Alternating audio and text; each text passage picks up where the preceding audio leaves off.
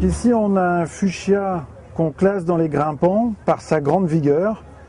Donc en fait c'est pas vraiment une plante qui va grimper comme du lierre ou un chèvrefeuille, mais plutôt une plante qu'on va palisser comme un rosier grimpant ou une plante comme ça. Et en fait c'est sa grande vigueur qui lui confère cette propriété d'être un fuchsia sarmenteux.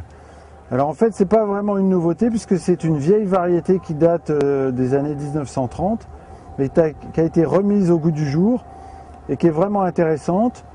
Elle est suffisamment rustique pour la région parisienne. Quand l'hiver est rigoureux, les tiges vont geler jusqu'à une certaine hauteur et il va repartir de la souche.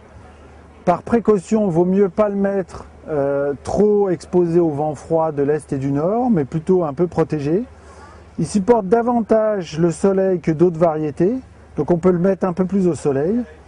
Et puis également, bon, le mieux c'est quand même protéger la souche en hiver par un paillage avec des feuilles mortes ou par exemple des fougères sèches, des plantes comme ça.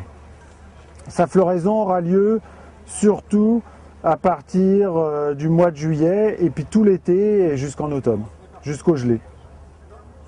Pour la taille, de toute façon on attend la fin de l'hiver pour voir un petit peu les dégâts dus au gel. Et si l'hiver a été fort, les tiges auront gelé assez bas, donc on taillera juste les parties qui ont gelé et ça va repartir du bas. Si par contre l'hiver est doux, on rabat quand même pour donner de la vigueur à la plante et à ce moment-là on va réduire à peu près de moitié et à ce moment-là le fuchsia va s'élever de plus en plus chaque année. Mais toujours rabattre un peu parce que le but c'est de donner de la vigueur à la plante pour qu'elle ait vraiment une végétation importante et surtout beaucoup de fleurs. Donc l'exposition, ça va être soleil ou mi-ombre, bon pas un soleil brûlant, mais c'est vrai que cette variété-là, on peut la mettre plus au soleil que d'autres fuchsias, il supportera bien, et sinon mi-ombre, mais de toute façon toujours beaucoup de lumière pour qu'il y ait une floraison abondante. Donc le planter dans une terre enrichie de terreau, hein, bien rajouter du terreau, un petit peu de compost, et puis arroser régulièrement, mais sans excès non plus, hein. Mais c'est sûr que les fuchsias aiment bien les terrains frais.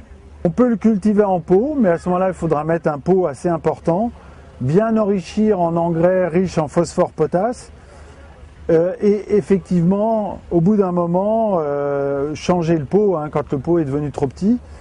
L'avantage de la culture en pot, c'est qu'on peut le rentrer pour le protéger du froid. Hein.